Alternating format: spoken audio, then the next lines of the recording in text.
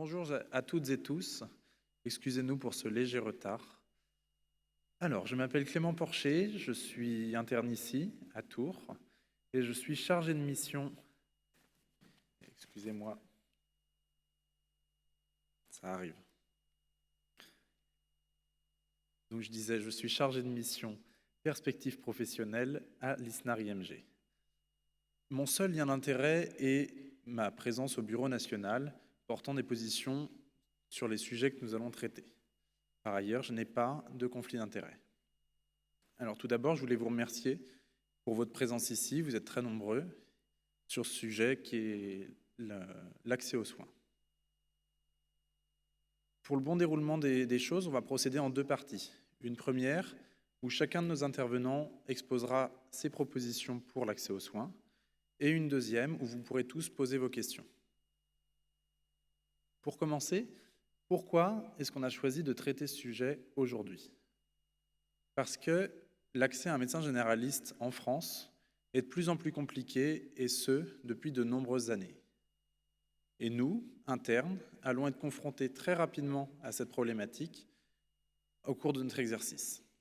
D'ailleurs, vous ne me contredirez pas si je vous dis qu'on y est déjà confronté en stage, avec de nombreux appels du pied à s'installer. De plus, la campagne présidentielle en cours actuellement accentue la visibilité sur ce sujet.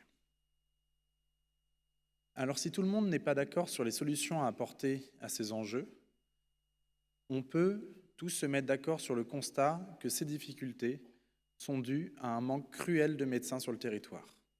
Et ce, pour plusieurs raisons. Une première, une régulation trop stricte du nombre de médecins formés pendant des années, malgré l'ouverture récente des capacités de formation.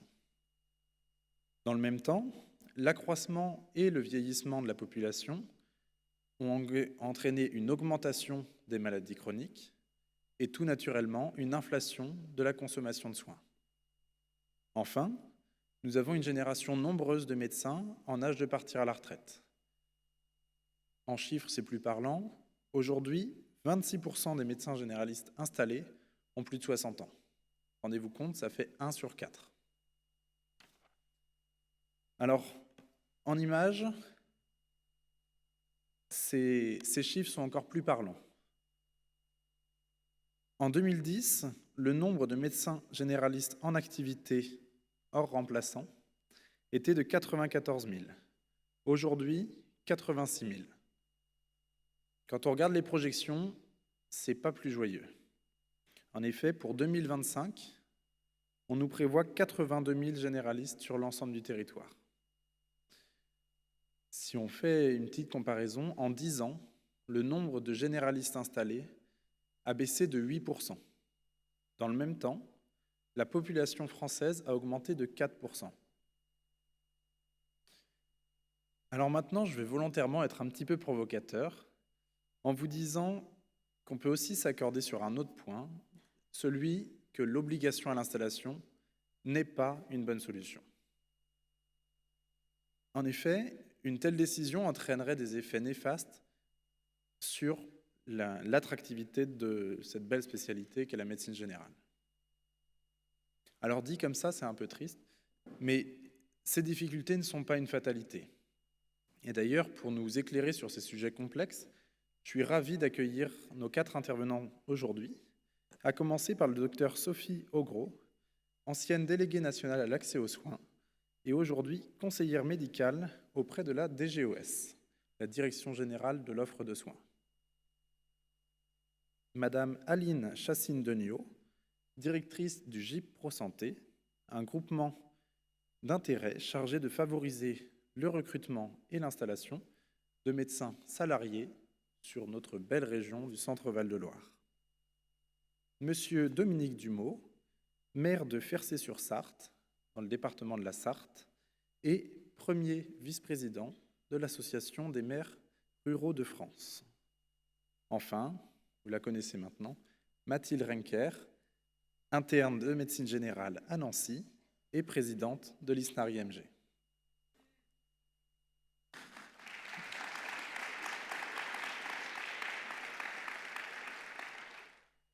Alors maintenant que les constats sont faits, la question se pose de quelles propositions sont les plus adaptées pour répondre à ces difficultés. Pour commencer, Monsieur Dumont, en tant que représentant des élus locaux en territoires ruraux et élu local vous-même, je vous propose de prendre la parole et de nous faire part de vos propositions.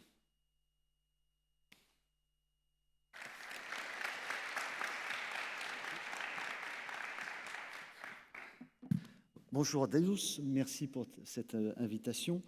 Alors, il y a eu déjà quelques chiffres, mais il me semble important d'appuyer un peu dessus et peut-être d'abord vous dire qu'est-ce que vient faire une association d'élus dans cette problématique de l'accès aux soins, surtout des élus ruraux qui, pour la plupart, n'ont pas forcément de cabinet médical dans leur village. Moi-même, il n'y en a jamais eu et il n'y en aura certainement jamais. En fait, on est en permanence interpellé par nos concitoyens sur les difficultés d'accéder aux soins, tout simplement. Et c'est souvent vers nous qu'ils se retournent quand le médecin part en retraite, qu'un spécialiste disparaît, qu'on n'en trouve plus, et ils reviennent vers nous en se disant que nous avons, nous, certainement, la solution pour pallier cette carence. Sauf que, hélas, nous ne l'avons que peu, avec quelques outils qui sont à notre portée, mais qui sont quand même limités, et de plus en plus limités, parce qu'en parlant de ça, on a cette difficulté en termes de recrutement pour faire en sorte que des médecins viennent s'installer dans nos villages. Et donc, on s'est posé la question de savoir comment nous pouvions, nous, à notre niveau, d'élus ruraux, agir pour que cette crise qui nous attend, hein, parce que c'est une crise qui va se dégrader, qui va évoluer d'année en année, comment faire pour qu'à minima, les habitants de nos communes aient des solutions pour se faire soigner on va dire dans une manière acceptable, pour ne pas dire autre chose. Les chiffres d'abord. Il faut savoir qu'aujourd'hui, par exemple, c'est des chiffres assez révélateurs, on a entre un citoyen qui habite en milieu rural et la ville, 20% de soins en moins.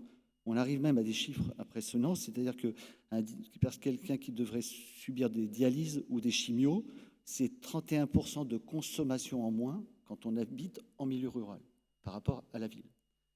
On a une espérance de vie qui, de la même manière, elle a toujours existé entre la ville et la campagne, il y a toujours une différence d'espérance de vie, mais elle se dégrade d'année en année, et aujourd'hui elle est de 2 ans, un peu moins d'1 an pour les femmes et un peu plus de 2 ans pour les hommes.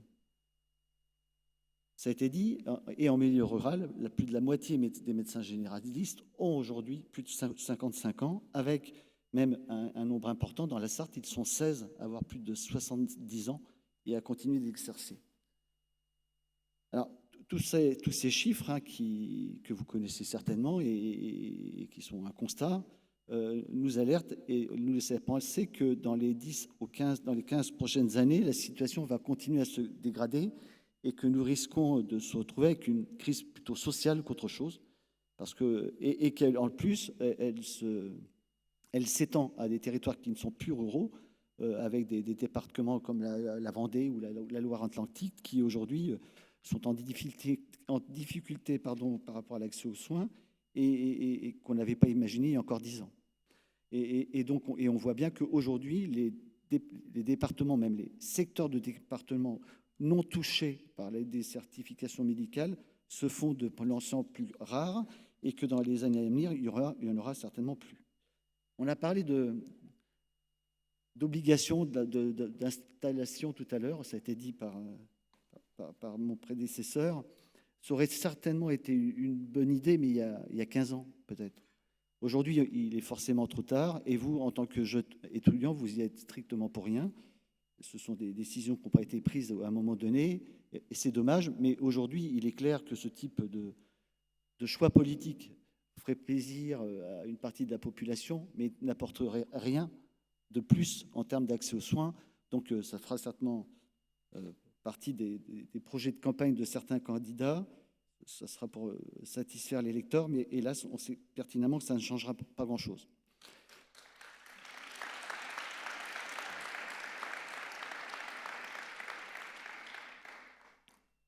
Sur les solutions à vous proposer, On en connaît, mais qui sont aujourd'hui, hélas, un peu en difficulté, et on voit bien qu'elles ne suffiront pas à régler la difficulté globale qui sera de l'absence de médecins généralistes pour accompagner les patients, et en parallèle de ça, l'augmentation significative du nombre de ce patient susceptible d'avoir besoin de vos services.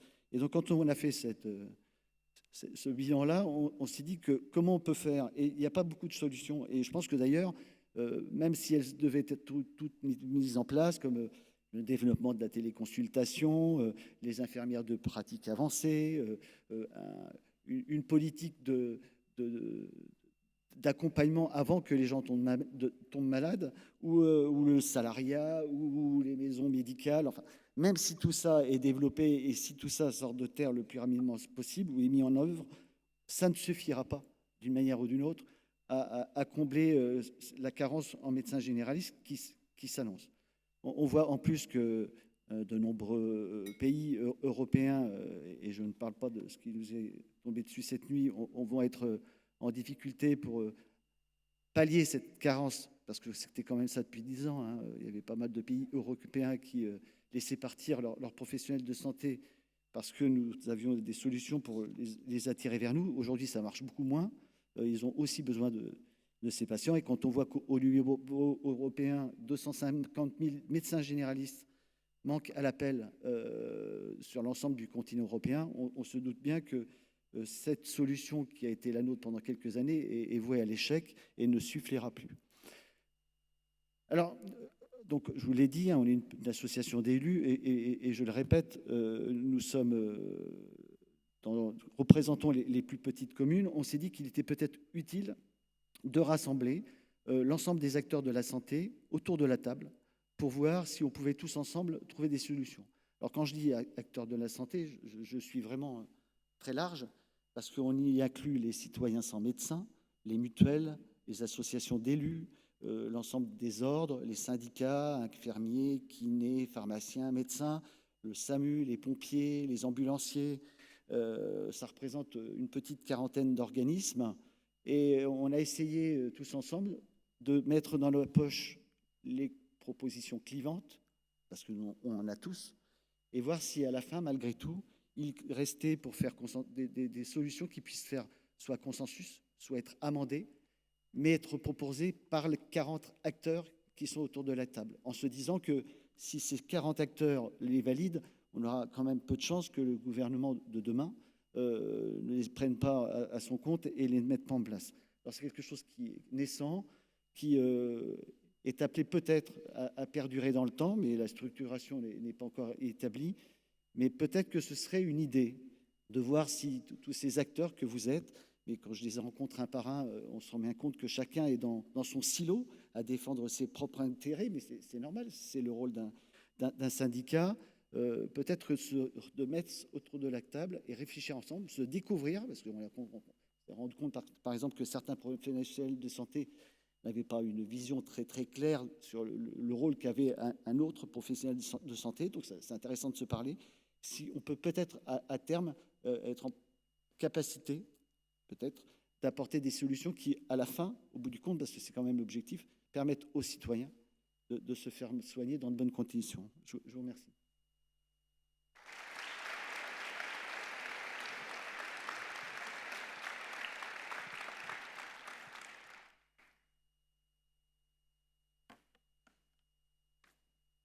Alors, Monsieur Dumont, vous avez évoqué le salariat dans votre propos. Merci beaucoup pour votre propos. Madame Chacine Deniau, peut-être vous pouvez nous parler du travail du GIP Pro Santé sur ce sujet.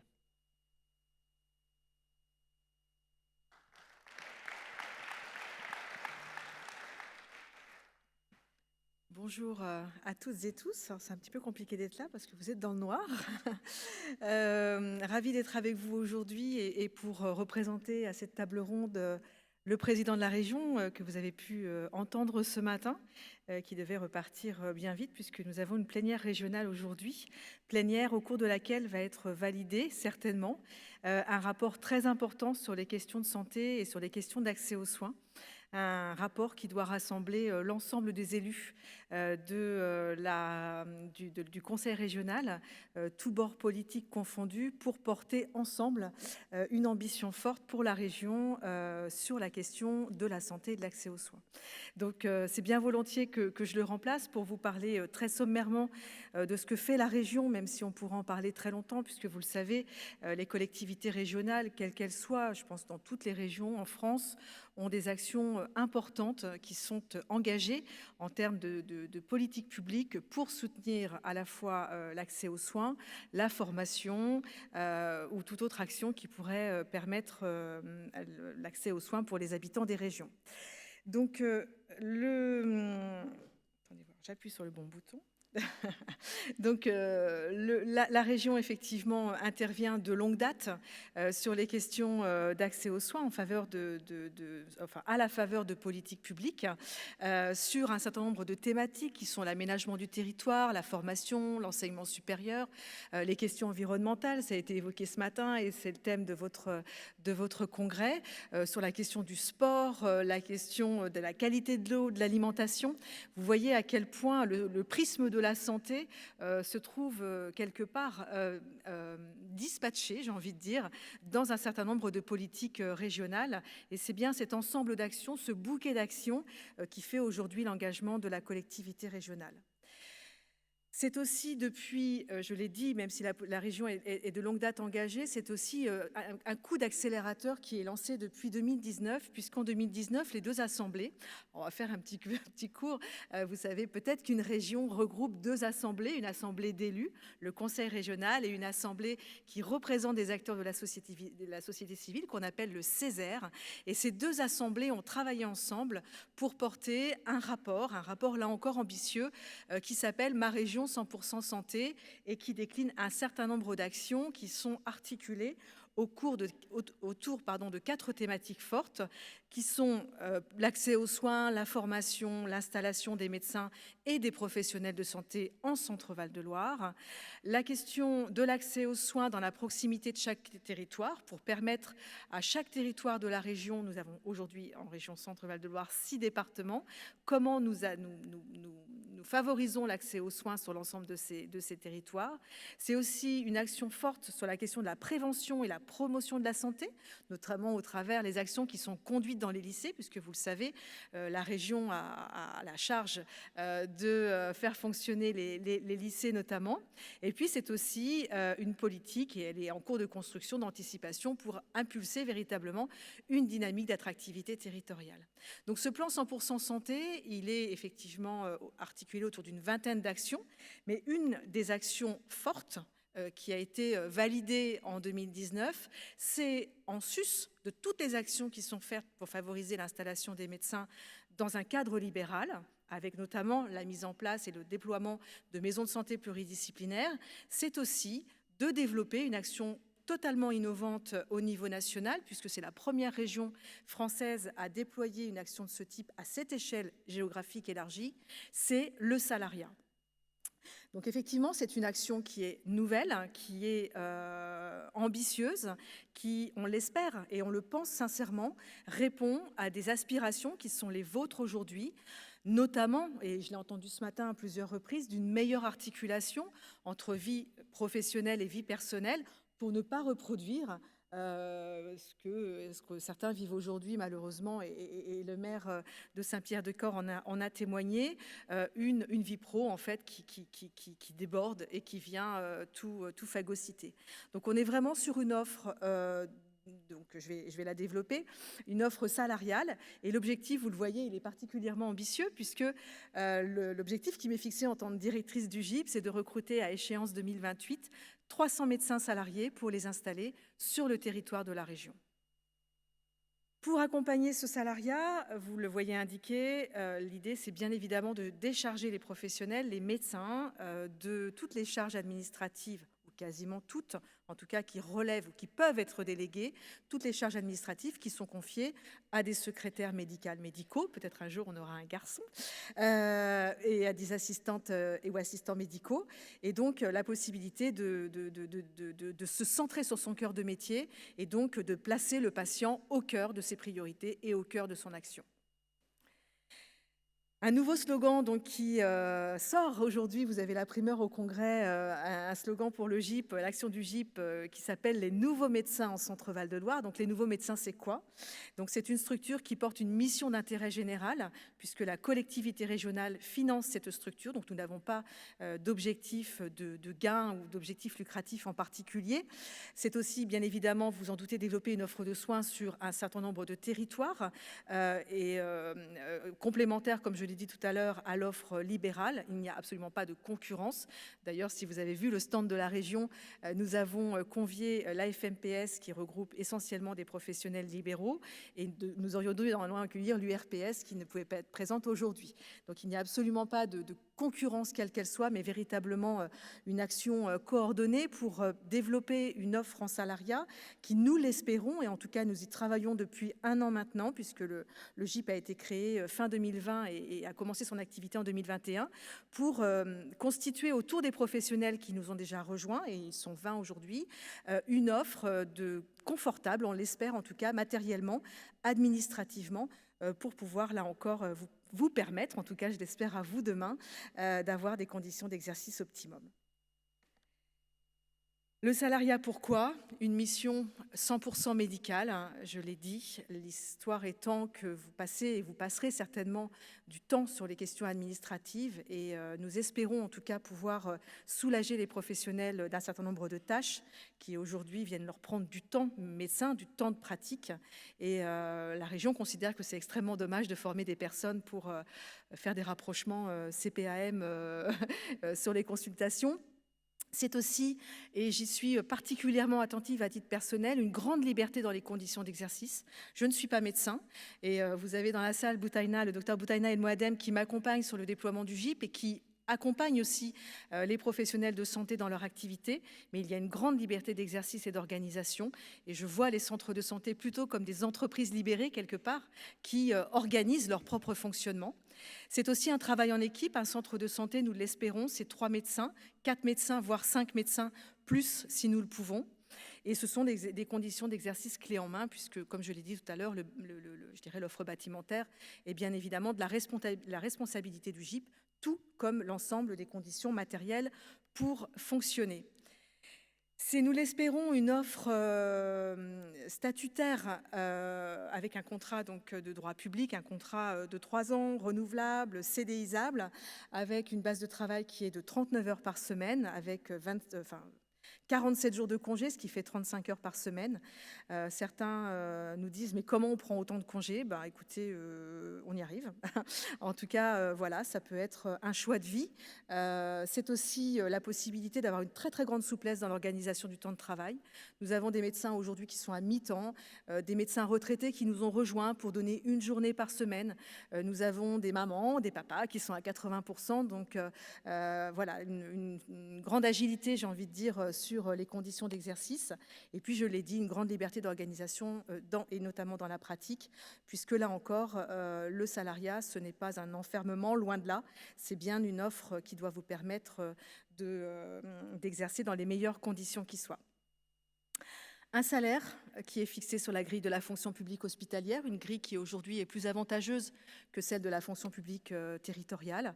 Nous avons des grilles de rémunération qui varient pour un jeune thésé en salaire brut à peu près à 5 500 € jusqu'à 9 000 €. Nous avons un régime indemnitaire complémentaire qui nous permet là encore de rémunérer et d'accompagner l'implication professionnelle. Et donc je l'ai dit, effectivement, des contrats relativement souples, que ce soit sur des contrats à durée déterminée ou sur des contrats plus longs.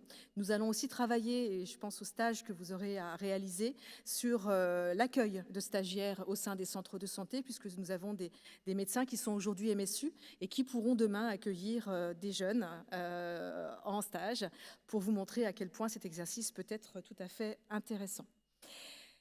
L'objectif, 50 sites à terme sur les 6 départements qui sont ceux de la région. 7 centres de santé déjà ouverts. Alors j'avance un tout petit peu vite. Nous ouvrons la semaine prochaine à Saint-Pierre-des-Corps, et le maire était là, un 7e centre de santé donc, pour accueillir un premier médecin.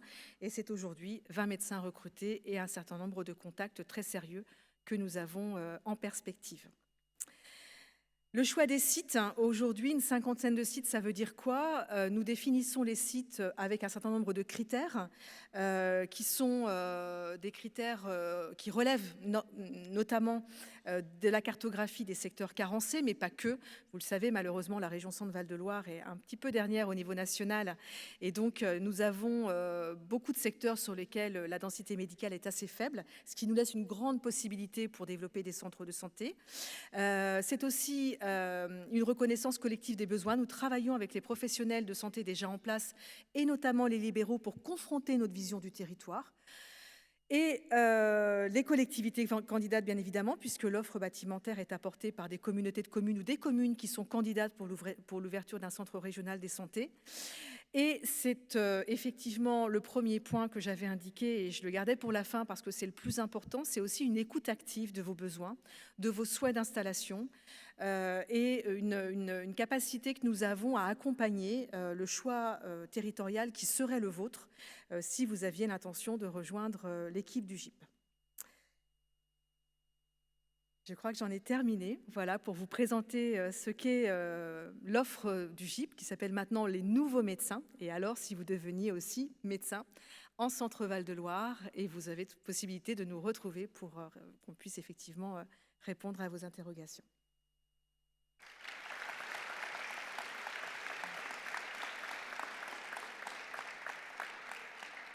Merci beaucoup. Alors, aujourd'hui, et depuis toujours, plutôt que le bâton, la carotte a été privilégiée par les pouvoirs publics pour inciter les jeunes médecins à s'installer en territoire sous-doté ou en tension. Malheureusement, ces aides incitatives sont souvent décrites comme inutiles ou inutiles finalement. Et donc je vais laisser la parole au docteur Augros. Est-ce que vous voulez bien nous en dire plus et pourquoi pas nous parler du contrat de début d'exercice que vous avez contribué à élaborer?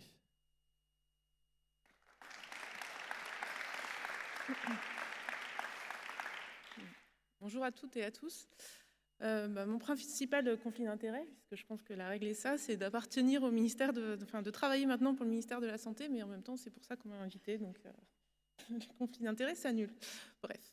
On va commencer sur une petite vidéo promo, parce que peut-être que vous vous endormez en post-prandial, mais en espérant que celle-ci vous réveille. Ça fonctionne.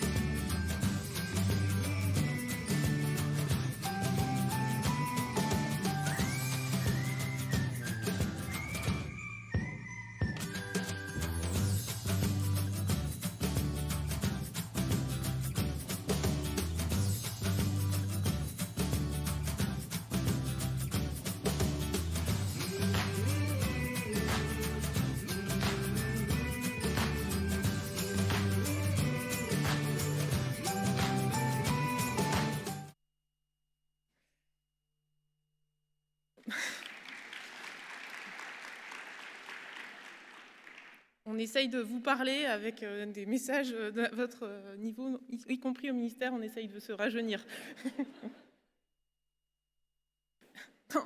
Bref, en clair, qu'est-ce que le contrat de début d'exercice? Donc, comme vous l'avez vu sur la vidéo, c'est un nouveau contrat qui est actif depuis le début de l'année 2021 et qui a eu tout un processus d'analyse des précédents contrats qui existaient. Donc, je vais faire les sigles, mais le PTMG qui était le plus ancien, le praticien territorial de médecine générale, puis après il y a eu le PTMR, praticien territorial de médecin remplaçant, puis le PTMA, praticien territorial de médecin en... Vous voyez, j'ai déjà oublié le sigle, en activité, et les PIAS, les praticiens à activité saisonnière. Bref, on avait, en 2019, quand j'ai mené ce travail d'évaluation de ces contrats, on a tout de suite, la première chose qu'on a entendue, c'était la difficulté de se reconnaître, et de les connaître, les contrats d'aide à l'installation, ou en tout cas toutes les aides qui étaient possibles. Donc ça, maintenant, il y a un seul contrat qui est porté par les ARS, donc par l'État, qui s'appelle le contrat de début d'exercice, et qui s'adresse maintenant à tout profil, mais surtout en exercice libéral. Vous avez eu la présentation de ce que peut apporter, par exemple, une région sur un exercice salarié.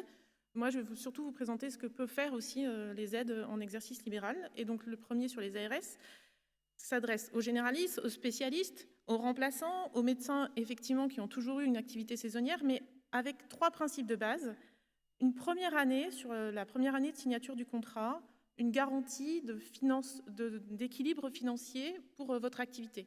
Parce qu'on le sait, c'est toujours une peur quand on se lance dans un exercice de est-ce qu'à la fin du mois, j'aurai un salaire au moins équivalent à ce que j'avais quand j'étais interne et comment le faire en libéral où les revenus dépendent en fait de votre activité. Et même si on s'installe dans une zone sous-dotée, il y a quand même une nécessité à un moment donné de se créer sa patientèle, de créer la relation avec les patients et donc vous gagnez, sauf si vous étiez déjà prêt avant, mais les 25 consultations par jour, souvent c'est pas le cas, et il faut quelques mois d'équilibre. Donc la première garantie, et c'est pour ça qu'on la consacre seulement la première année du contrat qui normalement est signé pour 3 ans, c'est une garantie financière où on demande quand même à ce que les médecins aient un minimum de seuil d'activité, donc à temps plein, le minimum 5 jours par semaine est demandé, est à 4 200 € par mois d'honoraires perçus, et on peut compléter jusqu'à ainsi 8 500 € par mois d'honoraires. Donc c'est pas un salaire, hein. Ça vous le verrez quand vous ferez vos premiers stages en exercice libéral, ce sont des recettes, donc il y aura bien sûr dessus des charges à payer. C'est valable aussi pour les spécialistes avec une possibilité d'augmenter le plafond parce que finalement, des fois les spécialistes, ils ont aussi plus de charges à payer parce que souvent ils ont des plateaux techniques un peu plus importants.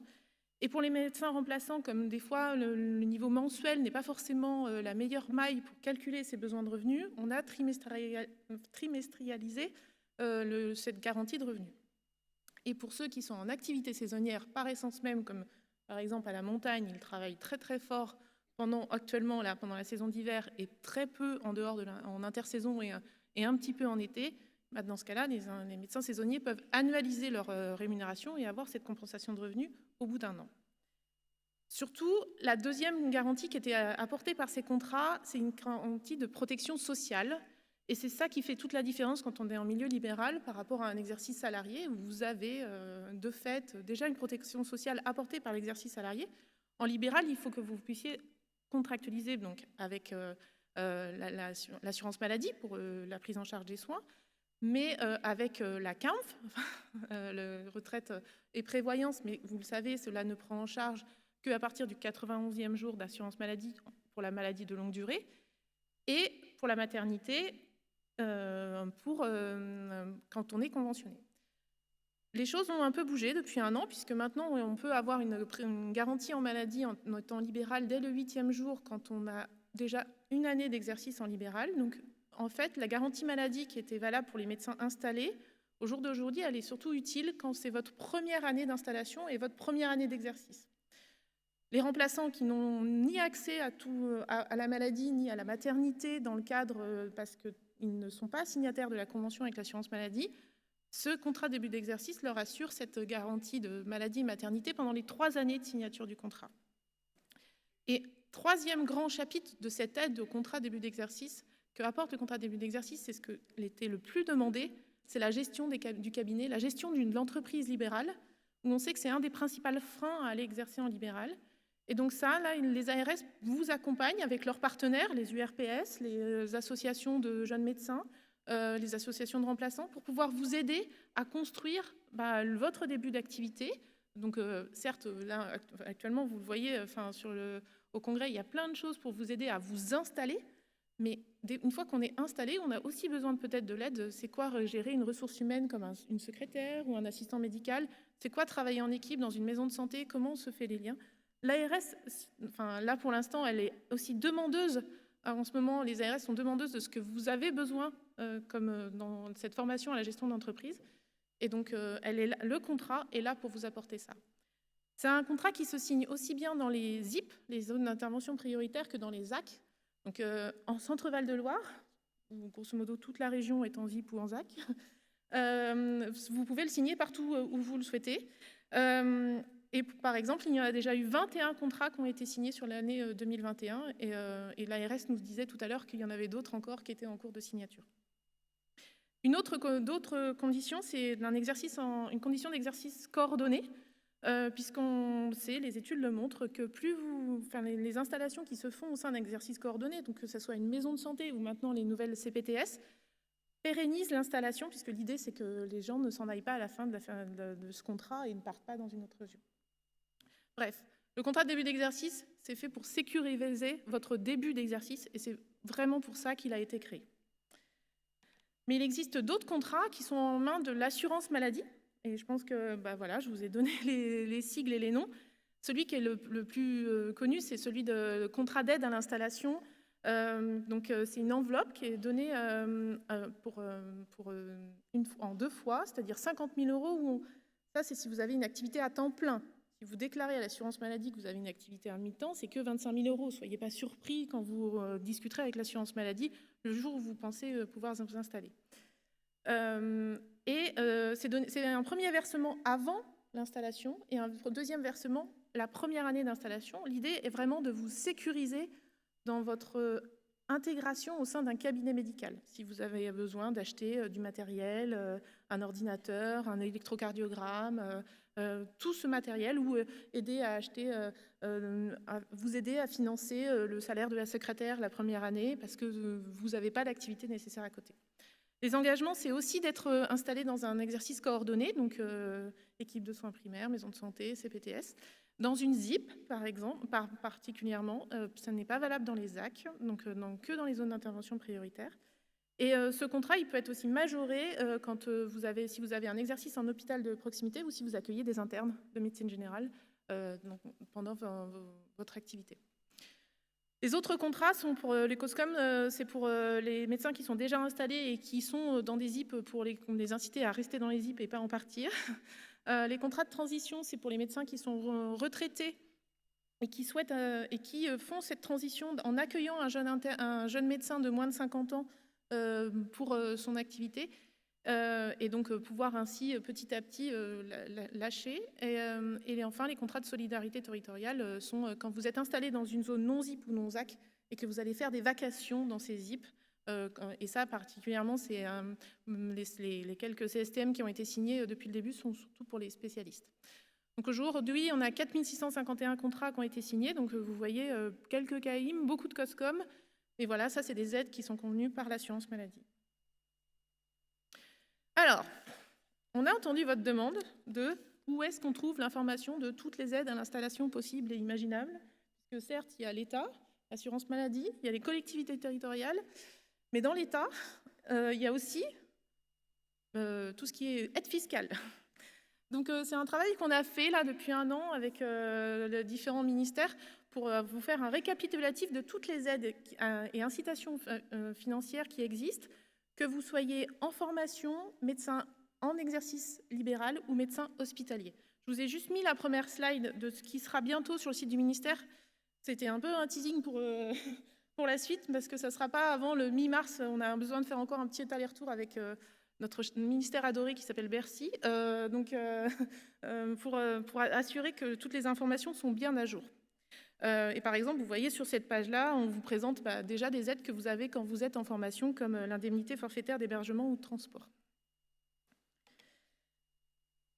Et enfin, vous vous demandiez souvent où est-ce que je peux trouver de l'information. Et pour ça, les ARS ont toutes ce qu'on appelle un portail d'accompagnement des professionnels de santé. C'est un peu le fameux guichet unique que tout le monde attendait. Mais les PAPS, comme on les appelle, vraiment déclinés dans chaque région, se présentent toujours sous cette même forme. Vous déterminez quelle profession vous avez, quelle information vous cherchez, et vous trouvez les aides, où m'installer, quelles sont mes démarches, des annonces professionnelles. Je vous ai mis par exemple la page de la PAPS de Centre-Val de Loire, puisque autant rester chez nous. Et donc, vous voyez, là, vous avez les informations. Et c'est là où vous allez avoir les informations sur les stages, sur les démarches à l'installation, sur le zonage et les aides à l'installation.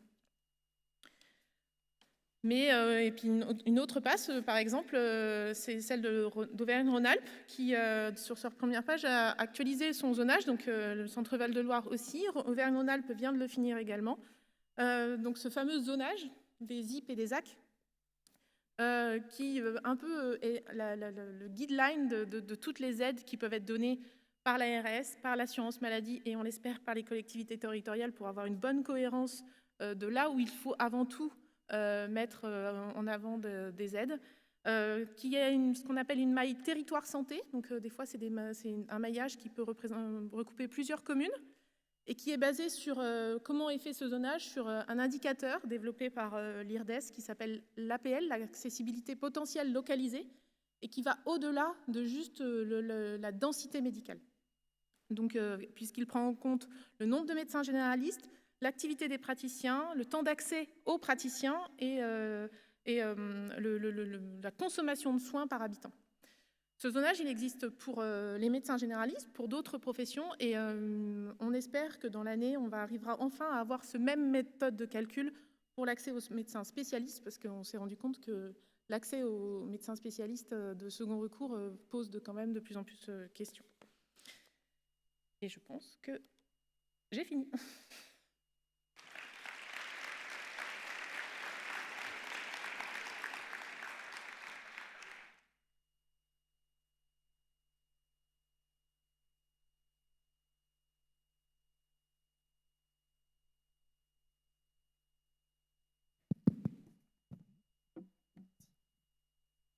Merci beaucoup.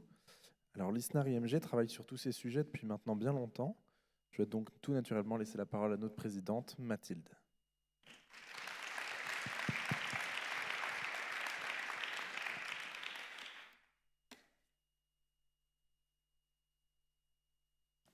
Merci Clément, et merci à tous pour vos présentations qui ont été très constructives. Ça fait un beau tour d'horizon des possibilités qui nous restent à explorer pour le futur. Et je voulais vous faire une synthèse des différentes positions de l'ISNAR IMG qu'on a construites avec vous, avec les internes de médecine générale depuis de nombreuses années. Donc je ne reviendrai pas sur les constats qui ont été repris par Clément et qui sont connus de tous depuis longtemps. On n'est pas assez nombreux, mais ce n'est pas une fatalité. Et justement, des solutions durables existent, et notamment celles qui vous ont été présentées. Pour rattraper les erreurs des politiques antérieures, des solutions à plus court terme sont à développer.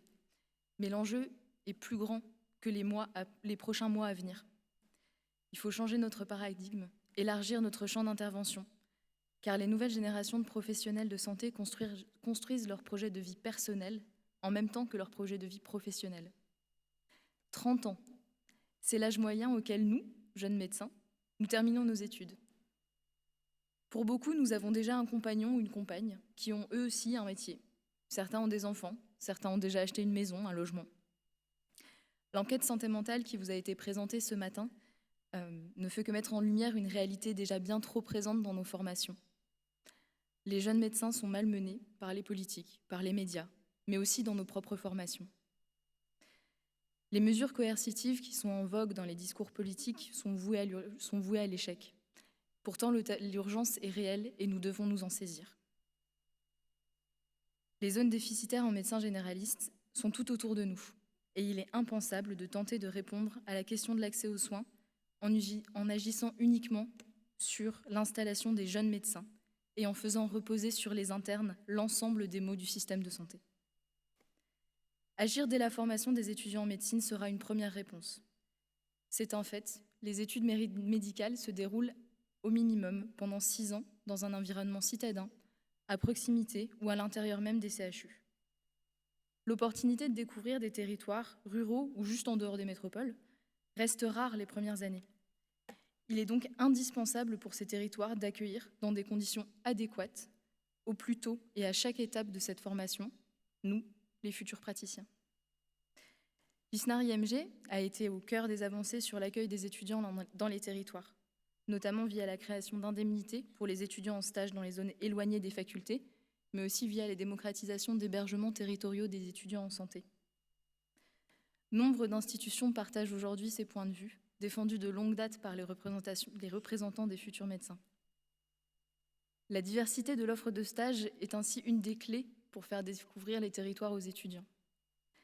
La promotion et la valorisation de la maîtrise de stage, que nous portons notamment avec le Collège des généralistes enseignants, mais aussi avec d'autres syndicats seniors, sera incontournable. L'actualité récente nous l'a montré.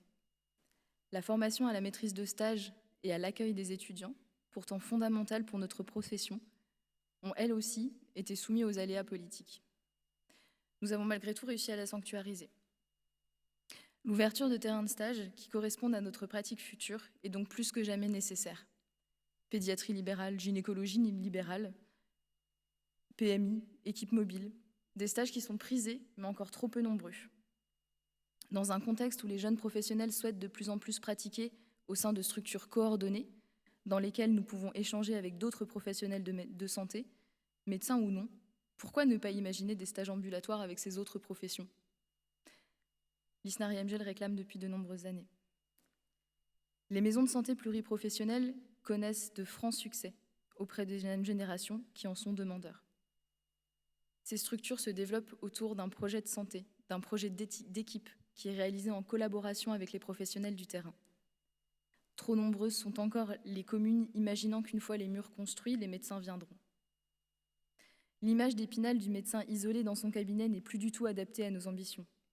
Les modalités de pratique se diversifient et l'exercice mixte ou l'exercice salarié sont de plus en plus attractifs. Pour autant, la médecine générale souffre toujours de son manque d'enseignants, dont ce manque de maîtres de stage universitaires, de manque de moyens alloués à notre formation. Un investissement massif dans la filière universitaire de médecine générale est plus que jamais nécessaire. Autre sujet d'ampleur, l'installation, qui représente toujours un marathon administratif pour les jeunes médecins. Là encore, la proposition de guichet unique pour faciliter l'installation a été maintes fois évoquée et nous espérons que le contrat de début d'exercice et les PAPS notamment qui vous ont été présentés permettront de répondre en partie à ces problématiques.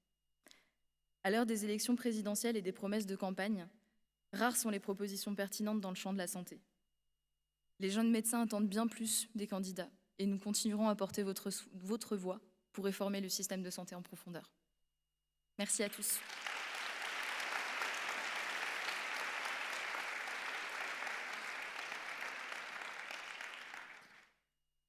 Merci beaucoup Mathilde. Donc on va passer à la deuxième partie de cette table ronde où je vais vous laisser poser les questions. Donc les micros doivent circuler dans la salle normalement et je laisserai nos intervenants se répartir la parole. Si quelqu'un veut se lancer. La première est toujours compliquée. Ah, on en a une devant.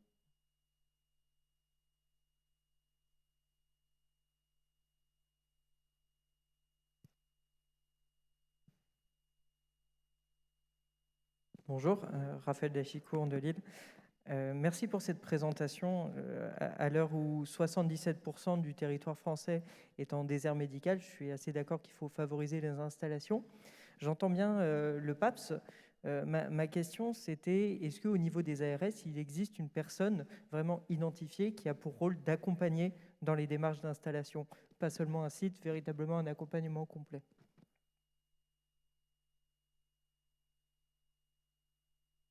Oui, effectivement, il y a une personne qui s'appelle le référent installation. Donc, il y a une personne déterminée par région qui est là justement pour vous apporter du conseil et de l'information. Mais ça ne peut pas être ce que vous attendez, en fait, c'est-à-dire du coaching à l'aide à l'installation. Parce qu'on voit que c'est ce qui est vraiment attendu.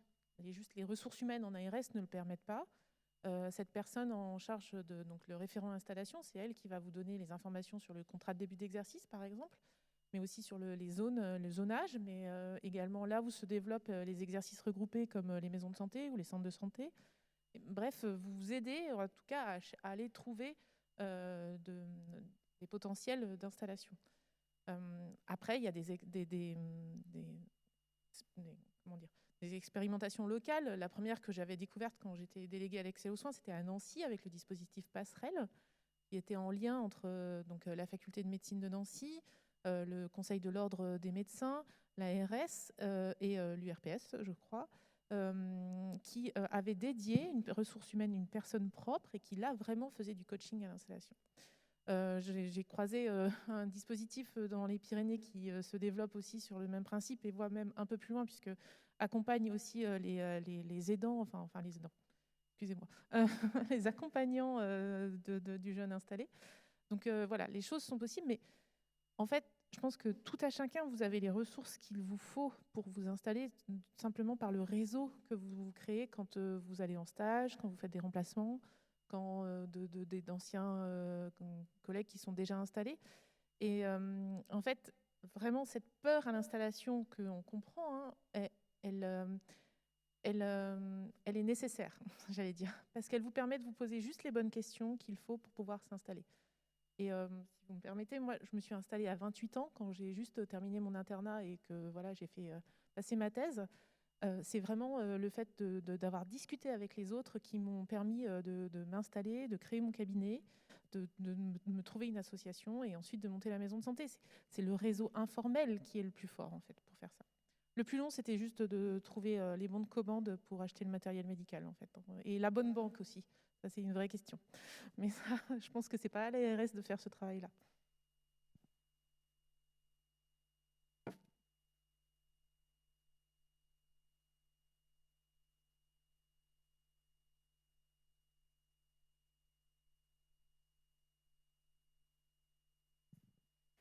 Oui, bonsoir. Donc, je suis Sylvaine Olibou, médecin généraliste installée à Valençay dans une zone déficitaire depuis 28 ans dans le département de l'Indre, qui est le département le plus déficitaire de la région Centre-Val de Loire.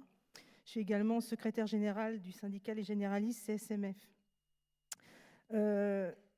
Vous n'avez pas parlé de l'aide à l'embauche d'un assistant médical. Il faut savoir qu'en France, un médecin généraliste a en moyenne entre 800 et 900 patients. Dans les zones déficitaires comme la mienne, c'est le double, entre 1500 et 2000 patients. Mais en Allemagne, un médecin généraliste suit en moyenne 3000 patients. Alors, quelle est la différence? En fait, c'est qu'en Allemagne, il est aidé par des assistants médicaux, des secrétaires, des infirmières, ce qui n'est pas le cas en France. Et les médecins généralistes en France ne profitent pas assez de l'aide à l'embauche d'un assistant médical. Dans les zones déficitaires, on a une aide de 36 000 € la première année pour embaucher des assistants. J'ai cette expérience-là. J'ai embauché une assistante fin novembre 2019 et en un an et demi, 2 ans, j'ai 400 patients en plus sans travailler plus. Donc, il n'y a pas que le travail salarié qui permet d'avoir des bonnes conditions de travail. On peut être médecin libéral, être aidé et avoir une vie privée normale. Voilà, je voulais signaler ça. C'est très, très important, vous les jeunes médecins, quand vous vous installerez, embaucher des assistants médicaux. Parce que les infirmières de pratique avancée, c'est très bien aussi. Simplement, il y en a très peu qui seront formés. Environ 1000 pour 55 000 médecins installés. Et la plupart de ces infirmières de pratique avancée, comme elles sont formées par les hôpitaux, elles seront embauchées dans les hôpitaux. Et ça ne sera pas pour les médecins de ville. Alors que les assistants médicaux, on peut les embaucher tout de suite sans formation. Enfin, après, ils ont une petite formation. Mais si on embauche une infirmière, elle peut travailler sans tout de suite, quoi. Dès demain, on peut en embaucher une. Voilà. Je voulais savoir ce que vous en pensiez de cette façon de travailler en exercice coordonné.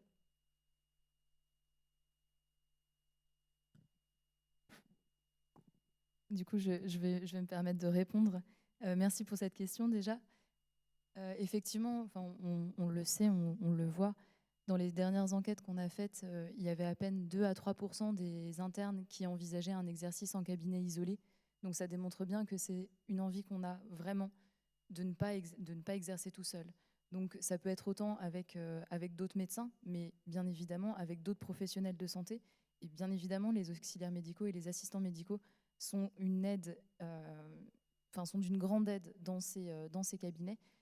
Le problème étant qu'on n'a pas encore cette habitude de travailler avec eux et qu'on a besoin justement de pouvoir savoir comment le faire, donc de favoriser justement les stages avec ces assistants médicaux, de pouvoir faire un petit peu, savoir à quoi ils peuvent nous servir et comment les embaucher par la suite, puisque ça aussi c'est un gros casse-tête pour réussir à embaucher ces auxiliaires médicaux. Et bien sûr que c'est quelque chose de très intéressant et que c'est quelque chose qu'il faudra de même tout à fait développer.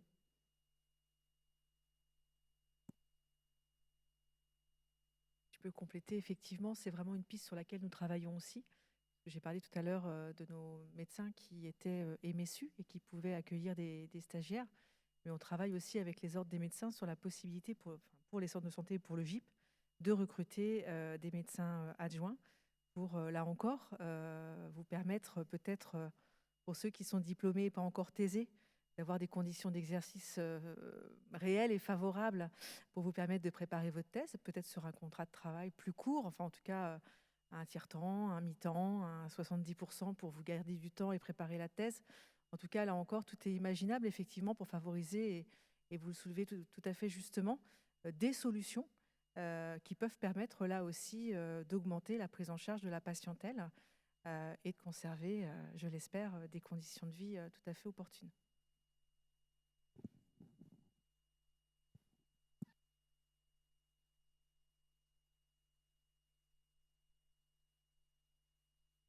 Ah, ici devant, on a une question.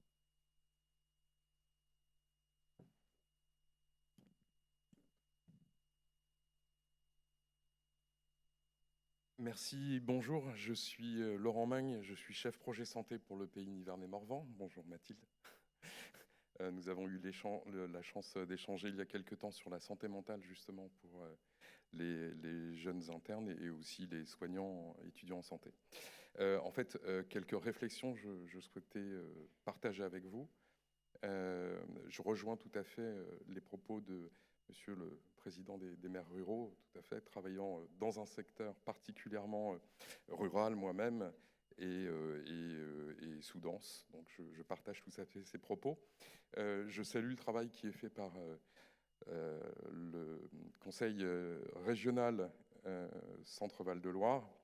Je m'aperçois en même temps que lorsque je suis allé voir sur les stands et quand je vois le travail que nous faisons nous-mêmes, que globalement, avec différentes puissances de feu, soit, mais on propose tous exactement la même chose sur le territoire de l'exercice mixte, du libéral.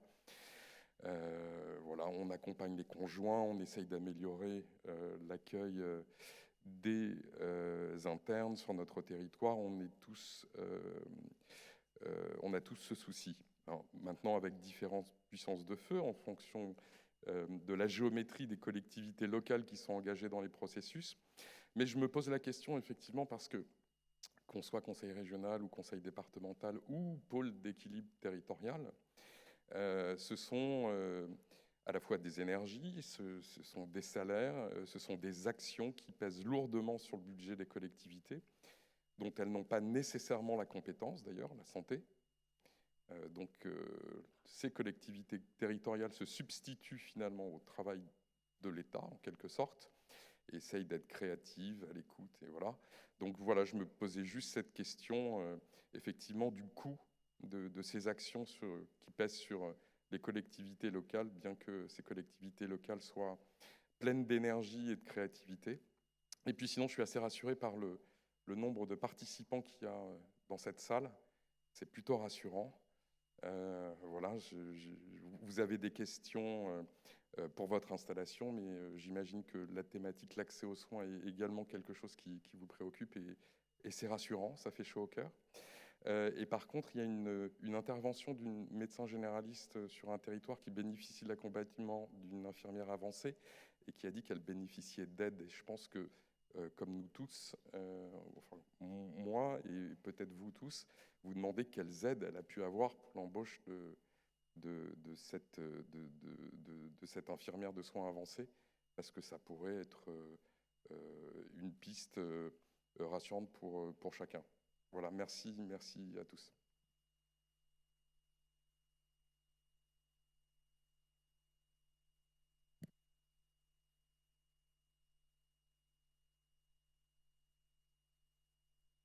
C'est un assistant médical que le docteur Lelibou a présenté. Donc ça, c'est une aide conventionnelle qui est donnée par l'assurance maladie. Donc où il y a une aide financière qui est apportée en contrepartie d'une augmentation de la patientèle sur quelques années, et qui se fait de fait dès qu'on a un assistant médical. Donc ça, il ne faut pas avoir peur d'embaucher. L'augmentation de patientèle, elle se fait de fait. Sur les infirmières de pratique avancée, les ARS donnent une aide aux infirmières, en particulier aux infirmières libérales, pour pouvoir aller s'engager dans la formation, donc un Master 2, alors qu'elles ont encore une activité, et cela dépend de chaque université, les temps de formation, si ça peut être compatible avec une poursuite de l'activité libérale. Et ensuite, il n'y a pas vraiment d'aide à embaucher une infirmière de pratique avancée, puisque par essence même, en libéral, elle est également libérale, en fait. Donc, elle a son activité derrière associée. Même si des aides sont données dans la convention infirmière aux infirmières de pratique avancée qui s'installent en exercice plein et en tant que praticien avancé. Et je pense on est à peu près à 2000 assistants médicaux actuellement en France, ce qui a permis d'augmenter, ce qui a permis à peu près à 150 000 patients sans médecin traitant d'avoir enfin un nouveau médecin traitant. Il faut le savoir, c'est 10% de la population française qui n'a pas de médecin traitant aujourd'hui. Sur les infirmières de pratique avancée, on n'a pas encore cette évaluation de comment cela permet ou pas d'améliorer l'accès aux soins, puisque effectivement, comme le disait le docteur Lelibou, elles sont trop peu nombreuses encore à exercer véritablement en libéral.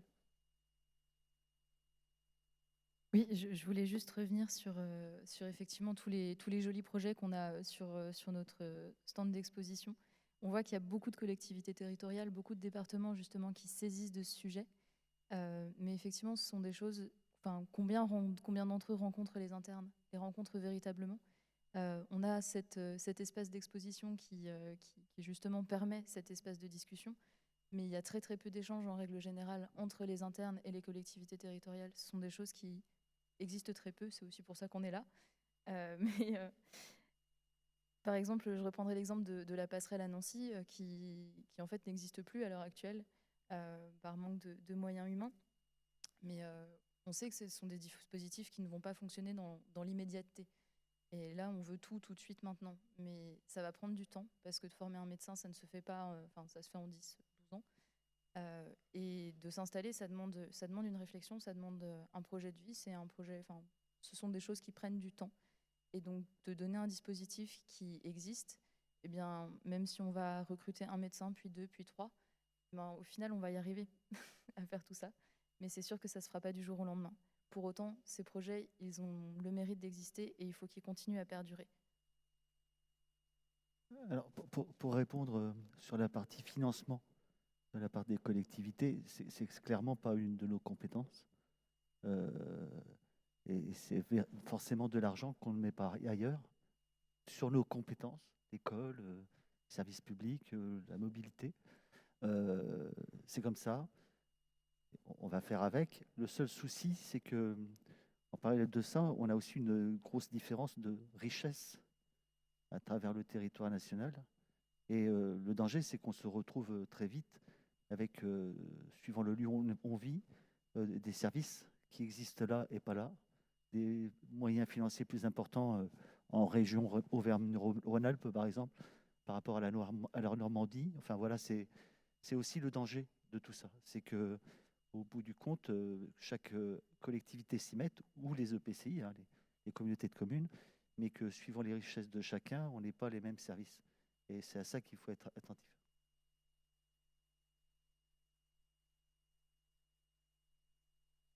Du coup, j'avais une question. Je lève la main pour que vous voyez à peu près où est-ce que je suis.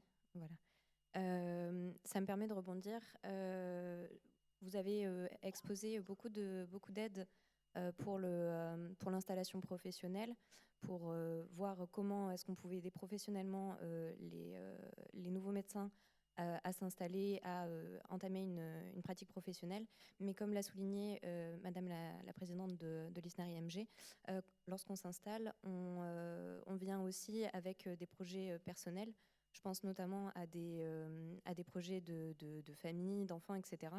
Et même si on a des aides pour s'installer, pour devenir donc en maison de santé, etc., c'est parfois compliqué aussi de venir au-delà de son conjoint dans un endroit où on n'a pas accès à une crèche, où on n'a pas accès à une école pour ses enfants, et aussi en général pour des activités qu'on a pu développer en ayant notre formation dans des endroits qui sont très citadins.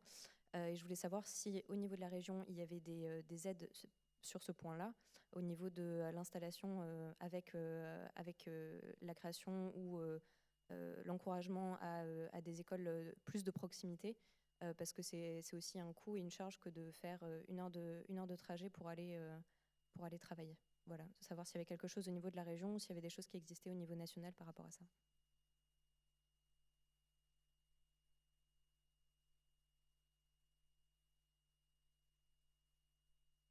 Alors, déjà, je ne vois pas qui parle, mais c'est pas grave. Voilà. Alors, je ne sais pas si je vais pouvoir répondre effectivement. Alors, je vais prendre mon propre prisme. En ce qui concerne les MSP, en ce qui concerne les centres de santé qui sont déployés à l'échelle de la région Centre-Val de Loire, et c'est de cette région-ci dont vous parlez, effectivement, nous priorisons des pôles d'ancrage du territoire. Je suis désolée, monsieur le maire, mais vous l'avez dit, vous n'aurez peut-être jamais de cabinet médical dans votre commune. C'est vrai que, et je l'ai entendu ce matin, il faut aussi quelque part faire le deuil du départ de certains médecins qui partent en retraite notamment et qui, a priori, enfin j'espère me tromper, seront difficilement remplacés sur des toutes petites communes rurales. Donc déjà, par rapport à la question des services, même si elle est prégnante bien évidemment, il y a aussi possibilité de s'installer quelque part et d'exercer sur, enfin ce que j'appelle, je suis un peu techno, je suis désolée, des pôles d'ancrage du territoire, donc des villes moyennes de 10 000, 20 000, 30 000 habitants qui offrent aujourd'hui des services.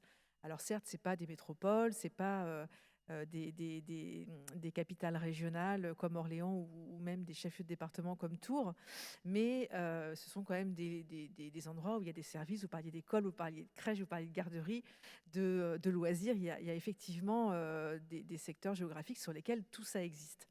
En termes d'accueil, juste témoigner de ce que nous faisons. Et on a parlé tout à l'heure des départements, et notamment en partenariat avec certains départements de la région qui ont des agences d'attractivité.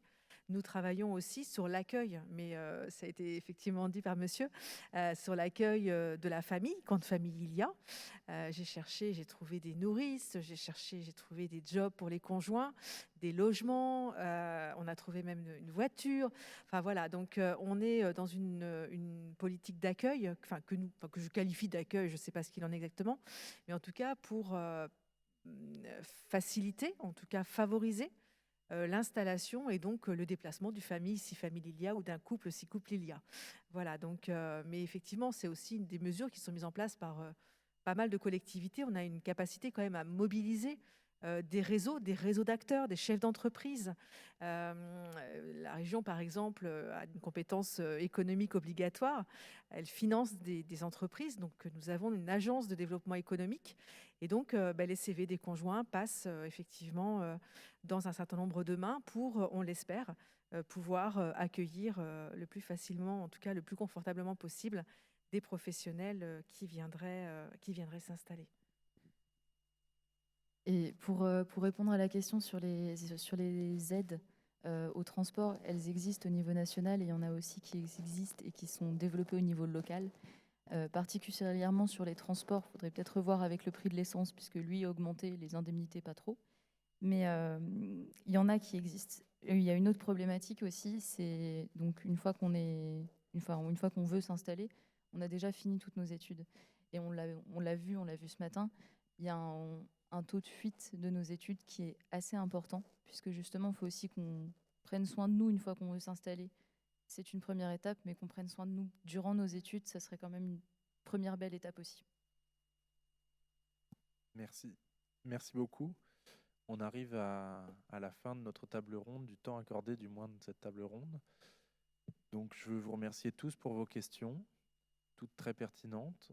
Merci beaucoup à nos intervenants de grande qualité. Je remercie aussi les petites mains qui nous ont aidés pour les micros. Alors, vous avez peut-être encore des questions ou des réflexions sur ce sujet. Et je vous renvoie au dernier rapport de la DREES, donc la Direction de la Recherche, des Études, de l'Évaluation et des Statistiques, qui est sorti en décembre 2021 et, pour en faire un rapide résumé, qui relève la nécessité d'agir maintenant sur plusieurs leviers et de manière concomitante et poursuivie dans le temps. Donc on a bien vu au fil des discussions, puis après dans votre question et ce jeu de ping-pong avec la salle, que c'est un sujet qui est plus que jamais d'actualité. Et on voit aussi que la réponse à y apporter sera ni simple, ni unique. Je vous remercie beaucoup pour votre attention. Je vous souhaite une très bonne suite de congrès. Et